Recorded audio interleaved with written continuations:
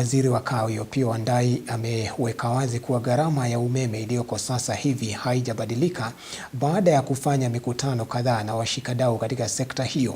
Wandayi akisema kuwa kutobadilishwa kwa gharama hiyo kunalenga kuinua maisha ya wananchi na kuwalinda wananchi dhidi ya gharama kubwa ya umeme kwa wakati huu.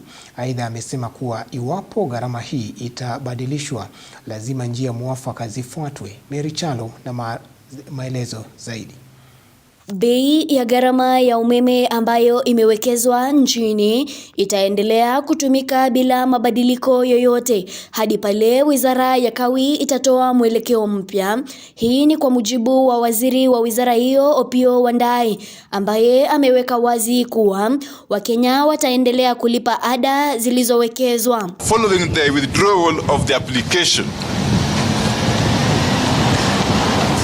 the current retail electricity tariffs shall remain in force and unchanged unless otherwise lawfully reviewed in accordance with the Energy Act and applicable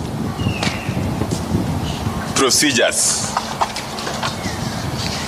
The withdrawal of the application does not in any way affect the continued delivery of electricity services.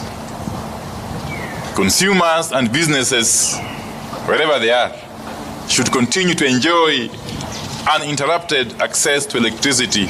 Kulingana na Wandayi, hatua hiyo imechochewa na haja ya kuwalinda wananchi na wanaotumia nishati hii dhidi ya gharama kubwa za umeme, akisema kuwa pia uamuzi huo unalenga kusaidia katika kuinua gharama ya maisha haswa katika sekta zinazotumia nishati. The Retail Electricity Tariff Review application that was submitted on the 31st of March this year by KPLC on behalf of the sector has been withdrawn. Now, this decision reflects the need to buttress a sustainable energy sector while protecting households, businesses, and industries from possible cost escalation. It aims to support economic growth, safeguard livelihoods, and create jobs. Aidha, aliweka wazi kuwa iwapo kuna nyongeza yoyote itakayofanyika katika gharama ya nishati, ni sharti kwanza yafuate taratibu zilizoainishwa katika sheria ya nishati kabla ya mabadiliko kukubaliwa.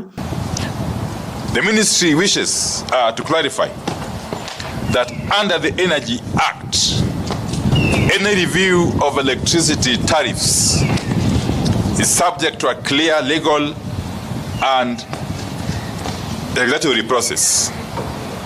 This includes, first and foremost, the submission of an application for the review to EPRA, technical evaluation, stakeholder consultations, and public participation before any tariff adjustment can be considered or approved.